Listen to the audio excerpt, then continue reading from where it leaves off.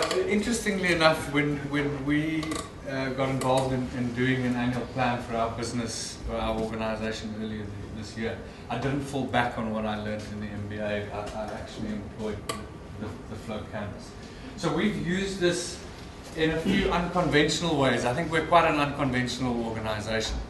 And Christoph already said how we were introduced through a specific program that we run in the Northern Cape with 30 entrepreneurs. And he spent a week with them in Camus, I think. And the feedback I got when they returned was phenomenal. People really being enthused and suddenly, again, feeling passionate about their businesses.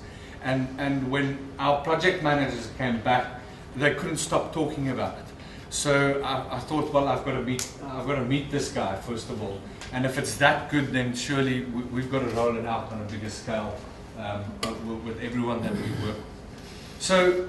So we invited Christoph into our business, and the idea at that point then was, how could we use this tool not only for the entrepreneurs that we work with, but to support the routes that we established.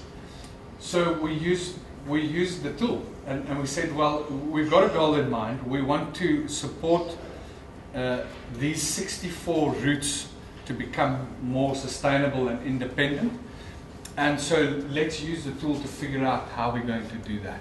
So I had a team of project managers and field staff in our office, and we spent the day really talking about it and coming up with a plan as to how we're actually going to roll this out. Then the next step came in and part of the reason why we did that was also to get our project staff and our project managers used to using the tool, because we're now going to employ that when we actually go out and work with our routes. So part of our support program that we offer to these routes, we've had the benefit now of 15 years of experience, and so we've learned a few very expensive lessons along the way, and we're at a stage in our organization where we're consolidating and we're really plowing back this 15 years of experience. And so one of the key things that we've managed to figure out is that when you've got a group of people together in an association like a route, even though they may be very experienced entrepreneurs, they battle to work with each other. They battle to move forward for a whole range of reasons. I think partly because you're not working with employees, you're working with peers, and so it's a different style of management. And then the second big challenge that they all face is, how do we fund this? How do we fund our initiative to actually move forward? So we went out to 6 routes, and we employed this, and we used the flow canvas, and we took them through this process. And I'm just going to share some of the results with you. So one of the areas we work in is in the KwaZulu-Natal Midlands, in a town called Howick, and they've got a fairly well-established association, 114 members, but they still battle to actually move things forward. So we took them through the process, and in terms of their financial sustainability, one of the quick wins that came out of this is we've got an asset here in the Howick Falls. It receives 17,000 visitors per month on average, and how do we use that to generate income for us as a community? They approached the municipality, they gave them permission to open up a gorge walk to the falls. It will start running in January this year. We're using 4 interns. We have interns the opportunity to participate in the process, who will actually run that business on behalf of them and become guides. So we've created 4 jobs.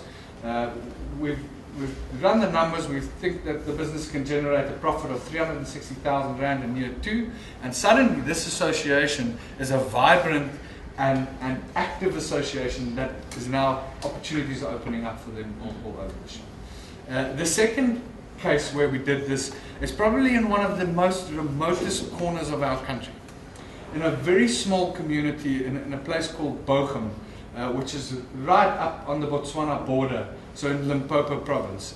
It's a presidential poverty node. It's probably one of the poorest areas I visited in our country. And so we took this as a challenge, and we said, if we can make it work there, then we can make this work anywhere.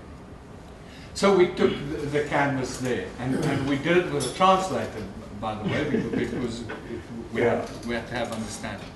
And so a colleague of mine, so Viwe, took them through the process, and what's come out there is a fantastic partnership between this community, a local provincial nature reserve called the Bloberg Nature Reserve, and a tour company who have managed to now secure, or has given them a contract. They'll bring 20 visitors per week to go on a community hiking trail. They'll take them up the mountain and actually go down, so the second night you spend at the provincial reserve.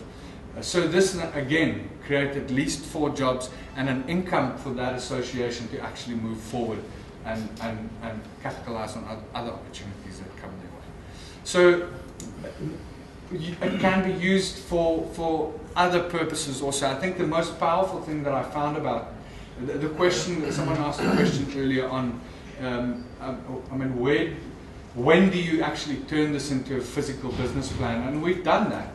I've used this and I've actually written it up, and I now do have a 20-page plan for our organization.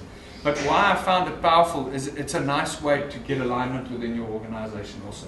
Often I think we think that the CEO or the MD sits and does the business plan. Well, this tool has allowed us, we're a fairly small team, we're 13 people in total. I could push them into a boardroom and say, block off a day, we're doing our plan for the year. And out of that, we all of us walk out, we're exactly on the same page as to the direction we're going in, and I've got the buy-in and commitment of all my staff. Wow. Thank you.